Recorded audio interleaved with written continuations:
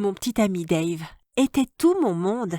Ma meilleure amie, Karen, nous avait présenté l'un à l'autre il y a 2 ans. J'étais assise toute seule dans la cafétéria de l'école quand elle est soudainement venue me voir et a dit « Salut, voici mon ami Dave. Je crois que vous allez vraiment bien vous entendre. » Après ça, nous nous sommes mis à discuter et sommes rapidement tombés amoureux. Nous étions faits l'un pour l'autre. Nous aimions les mêmes choses et nous finissions même les phrases de l'autre. Nous passions toutes nos journées ensemble et au bout d'un moment, même nos familles sont devenues amies.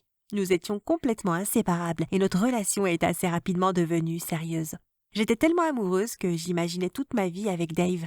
Après le lycée, j'irais dans une école de cinéma dans la région pour rester proche de lui. Après ça, nous emménagerions ensemble, nous marierions et fonderions une famille. Je voulais que nous vivions heureux. Alors je prenais très au sérieux ma carrière dans le cinéma. Une semaine, j'étais en plein milieu d'un projet de science-fiction pour la fin du semestre. C'était un gros projet qui ferait partie de mon portfolio pour entrer dans l'école de cinéma. Soudain, j'ai ressenti une douleur étrange dans mon ventre. « Aïe !» ai-je dit en élevant la voix, même si personne ne pouvait m'entendre. J'ai quitté mon bureau et j'ai décidé de faire une courte sieste en espérant que la douleur aurait disparu quand je me réveillerais. Eh bien, je n'ai pas eu cette chance. Je me suis réveillée et non seulement j'avais toujours mal, mais j'ai aussi vomi. Que se passait-il ? À ce moment, mon téléphone a sonné.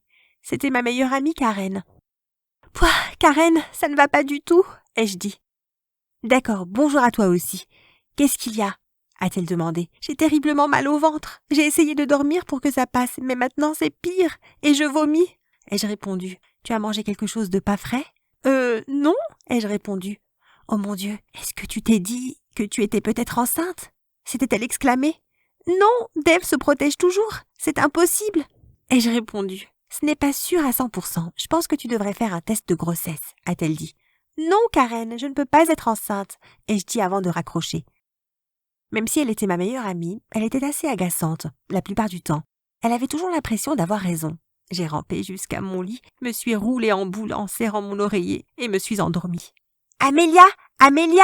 Les cris agaçants et assourdissants de Karen m'ont réveillée. « Qu'est-ce que tu fais ici ?» ai-je demandé. « Je t'ai apporté un test de grossesse, ne t'inquiète pas. J'ai dit à ta mère que je rapportais un livre. »« Fais-le maintenant, » a-t-elle dit. « Je t'ai dit que je ne pouvais pas être enceinte. Oh, t'es vraiment agaçante. Vu que t'es là de toute façon, je vais le faire, » ai-je répondu. « Laisse-le sur le lavabo quand tu auras fini. Ça prend un peu de temps pour que le résultat s'affiche, » a-t-elle dit. Je lui faisais confiance parce que je n'avais encore jamais fait de test de grossesse. J'ai suivi les instructions de Karen. Heureusement, j'avais ma propre salle de bain, alors mes parents ne pourraient pas me surprendre et avoir le plus grand choc de toute leur vie. « C'est bon, j'ai fini, » ai-je dit en revenant dans ma chambre. « Attendons un peu. Et après, nous irons voir le résultat, » a-t-elle dit.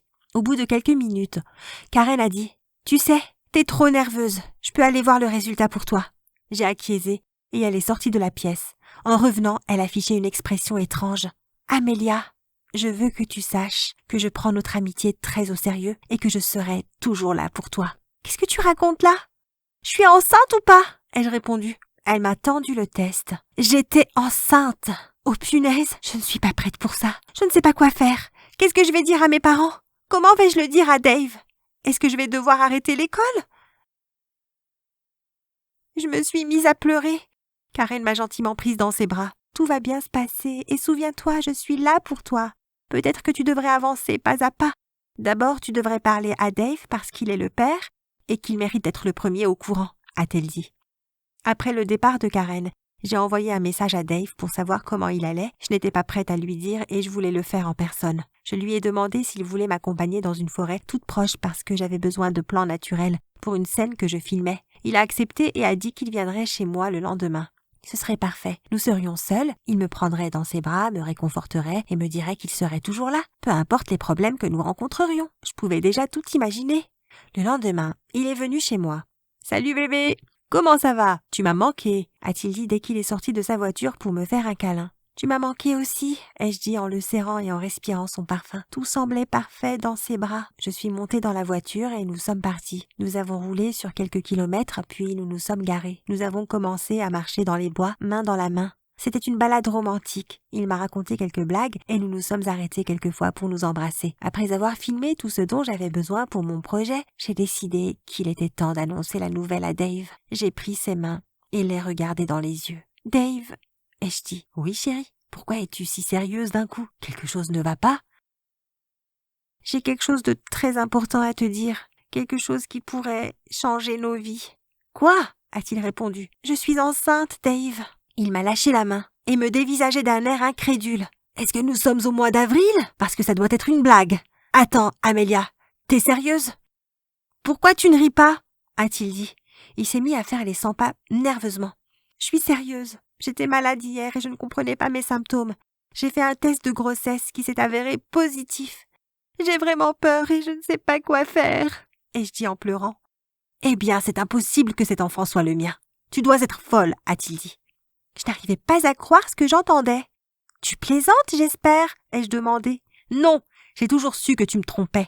Va retrouver cet autre type et dis-lui qu'il est le père. N'essaye pas de me mettre ça sur le dos. J'avais l'intention de te quitter de toute façon, » s'est-il écrié. Tout mon monde s'est effondré à cet instant. La personne que j'aimais plus que n'importe qui me disait les choses les plus horribles qu'on m'ait jamais dites. « Je ne t'ai jamais trompé !» ai-je essayé de dire entre les sanglots. « Tu es le seul petit ami que j'ai jamais eu et la seule personne avec qui j'ai jamais couché. Évidemment que c'est ton bébé !» Je continuais de pleurer. Je me suis assise sur un rocher et j'ai enfui mon visage dans mes mains. Il avait commencé à faire sombre et je me suis dit que nous devrions sûrement rentrer. Mais j'étais tellement blessée que je n'ai rien dit. Soudain, nous avons entendu un long hurlement au loin. « C'était quoi ?» a dit Dave, oubliant qu'il venait juste de m'anéantir. « Je ne sais pas, mais je pense que nous devrions partir, » ai-je dit. Alors que je me levais, les hurlements étaient de plus en plus forts et on aurait dit qu'il y avait plus d'animaux sauvages rôdant dans les parages. Dave marchait vite et j'ai commencé à courir pour ne pas me faire distancer. Au bout de quelques minutes, il faisait complètement noir. Je ne voyais pas où j'allais et j'ai trébuché sur une branche et je me suis cogné la tête sur ce qui semblait être une pierre. J'avais tellement mal que je n'arrivais pas à me lever. « Aide-moi ! Tu es toute seule !» a-t-il crié, alors que je l'entendais s'enfuir. Je ne pouvais pas bouger et j'entendais les hurlements se rapprocher. Je ne m'étais jamais sentie aussi mal de toute ma vie. J'avais le cœur brisé. J'étais terrifiée. J'avais extrêmement mal. J'ai pris mon téléphone pour essayer d'appeler quelqu'un à l'aide, mais il n'y avait pas de réseau. J'entendais les animaux sauvages se rapprocher et je ne savais pas quoi faire. « À l'aide !» ai-je crié. « À l'aide !» ai-je de nouveau crié. C'était inutile. Il n'y avait personne d'autre. Et j'entendais le vrombissement de la voiture de Dave qui s'éloignait. J'ai décidé que maintenant il valait mieux faire le moins de bruit possible pour que les animaux sauvages ne me remarquent pas. J'ai rampé sur le ventre, j'ai caché ma tête sous mes bras et j'ai fermé les yeux pour essayer d'oublier la vive douleur dans ma tête. Plus tard, j'ai été réveillée par des gouttes de pluie. Le soleil se levait déjà et je me suis rendu compte que je m'étais endormie plus tôt. La douleur dans ma tête avait un peu diminué et j'ai pu me lever. Une fois debout, j'ai regardé autour de moi, en me demandant si tout n'avait été qu'un rêve. Heureusement que ces animaux ne m'ont pas trouvée, me suis-je dit. Je me suis dirigée vers la route principale en me demandant ce que j'allais faire. Mon petit ami ne m'aimait pas vraiment et m'avait laissé mourir. Ça aurait été plus facile à gérer si je n'étais pas enceinte de son enfant. J'ai rejoint la route principale et j'ai décidé de retourner en ville en faisant du stop. Au bout de 10 minutes, une gentille vieille dame s'est arrêtée devant moi. « Ma petite, que vous est-il arrivé ? Vous avez l'air si sale et triste, » a-t-elle dit. « Je vais bien, je suis allée faire un footing matinal et je suis tombée, » ai-je répondu. Je me suis rendu compte que je ne pouvais pas rentrer à la maison dans cet état. Mes parents me poseraient trop de questions et je ne pourrais pas faire face à la pression. Alors je lui ai donné l'adresse de Karen. Après qu'elle m'ait déposée, j'ai ouvert la porte et je suis entrée. Il me semblait qu'il y avait quelqu'un, alors je me suis dirigée vers sa chambre. En arrivant devant sa porte, j'ai entendu des voix étouffées, ce qui était étrange parce que l'une d'elles était une voix masculine et Karen n'avait pas le droit d'inviter des garçons. Je me tenais derrière la porte et j'écoutais la conversation. « Comment ça ? Tu l'as laissée toute seule dans les bois ?» disait Karen. « Je ne veux plus être avec elle. Elle m'a dit qu'elle était enceinte et ça ne peut pas être le mien. Tu sais que c'est toi que j'aime et je ne veux rien avoir à faire avec elle. Je l'ai laissée là-bas parce que je voulais qu'elle meure. J'espère que ces animaux l'ont déjà dévorée, » a ricané Dave. Qu'est-ce que Dave faisait ici ? J'étais confuse et en colère. Je t'aime tellement, Dave. Nous avons cette liaison secrète depuis si longtemps et maintenant que tu as officiellement quitté Amelia et qu'elle est certainement en train de mourir, nous pouvons rendre notre relation officielle. Est-ce que tu m'aimes plus qu'elle ?